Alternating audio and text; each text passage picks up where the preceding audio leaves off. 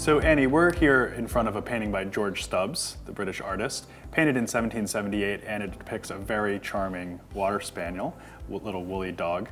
But there's a little bit more here than meets the eye, and in particular, it's a little bit surprising the way that Stubbs went about creating this painting. So could you tell us a little bit about it?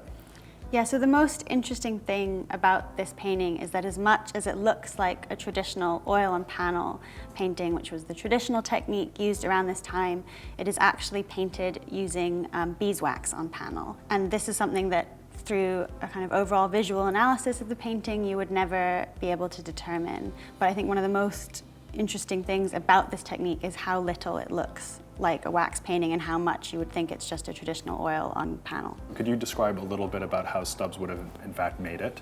Yep, so through kind of reading contemporary artist manuals and particularly wax painting manuals, what we think Stubbs did was that he would prepare the panel with raw beeswax just rubbed over the entire surface and then paint on top of that wax with pigments simply in water, allow them to dry, and then heat the whole surface just enough so that the wax softens so that the pigments can kind of drop and be imbibed within the wax, but not heated so much that the wax all melts off the panel.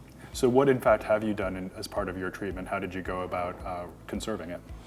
So I kind of began my research into the methods of conserving this painting by making replicas, following historical painting manuals, varnishing them, and then kind of conducting initial cleaning tests on those replicas so that I didn't have to risk any of the original paint.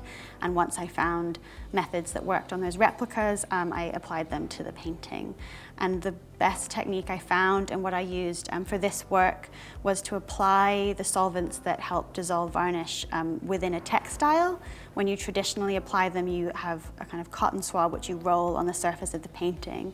But with a paint that's in a material that's as soft and soluble as wax, any mechanical action on the surface risks damaging the original. So applying this solvent in a textile kind of allows the removal of any of that mechanical action on the actual surface of the paint and allows the varnish to be safely removed. Okay, well thank you so much for talking to us about this, this very endearing painting that has a lot more surprises than we might at first think. Thank you.